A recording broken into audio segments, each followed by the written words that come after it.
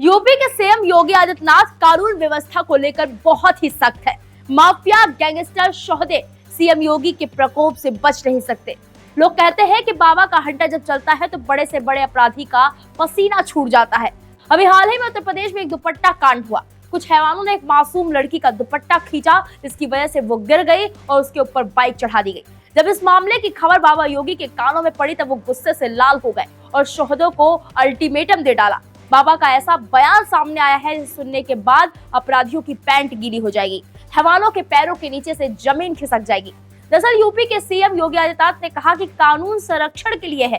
कानून को बंधक बनाकर व्यवस्था में सेंध लगाने का प्रयास करने की इजाजत किसी को नहीं। कानून सुरक्षा के लिए है। अगर किसी ने बहन बेटी के साथ छेड़खानी की तो अगले चौराहे पर उस शोहदे का इंतजार यमराज कर रहे होंगे। उस यमराज को यहाँ भेजने से कोई रोक नहीं पाएगा। हमें सुरक्षा का बेहतरीन वातावरण देना होगा। कानून प्रत्येक नागरिक को सुरक्षा प्रदान करेगा, लेकिन राह चलती हुई किसी बेटी के साथ अगर किसी ने छेड़छाड़ करके उसकी सुरक्षा में सेंध लगाने का कार्य करे क्या, तो अगले चौराहे पर उस ओहदे का इंतजार यमराज कर रहा होगा।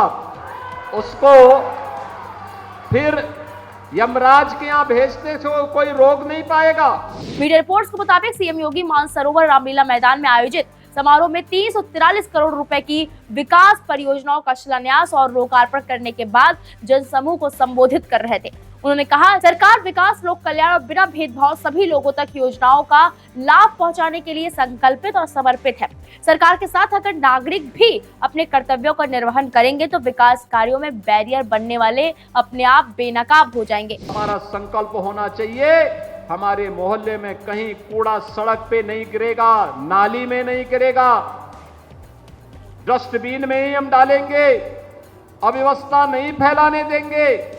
अगर नागरिक भी अपने इस दायित्व का सरकारी संपत्ति को नुकसान नहीं पहुंचाने देंगे। कोई सार्वजनिक संपत्ति है, उस सार्वजनिक संपत्ति का संरक्षण करेंगे, उसका देखभाल करेंगे, उसको नुकसान या क्षति नहीं पहुंचाने देंगे। अगर इस कर्तव्य का निर्वहन आम नागरिक भी करने लग जाएगा तो जो लोग गोरखपुर के विकास में बैरियर बन करके, प्रदेश के विकास में बैरियर बन करके विकास की परियोजनाओं को रोकना चाहते हैं, विकास के कार्यक्रमों को रोकना चाहते हैं, वे स्वतः ही बेनकाब होते हुए दिखाई देंगे। और उन लोगों को बेनकाब करने के लिए आज सरकार पूरी मजबूती के साथ कार्य कर रही है। बाबा योगी ने आगे कहा, पीएम मोदी के मार्गदर्शन में 6 साल में उत्तर प्रदेश और गोरखपुर ने विकास से अपनी नई पहचान बनाई है।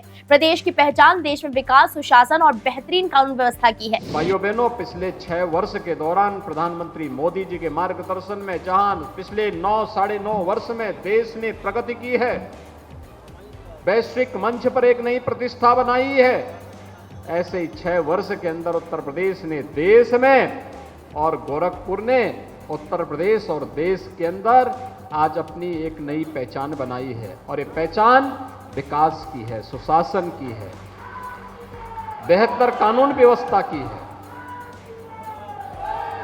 वर्षों और दशकों से लंबित पड़ी हुई परियोजनाएं आज पूरी हो रही हैं। ये परियोजनाएं हाईवे की, रेलवे की, फ्लाईओवर ब्रिजेज की, बड़े बड़े सेतुओं के निर्माण की, बंद फर्टिलाइजर कारखाना फिर से प्रारंभ हो गया है।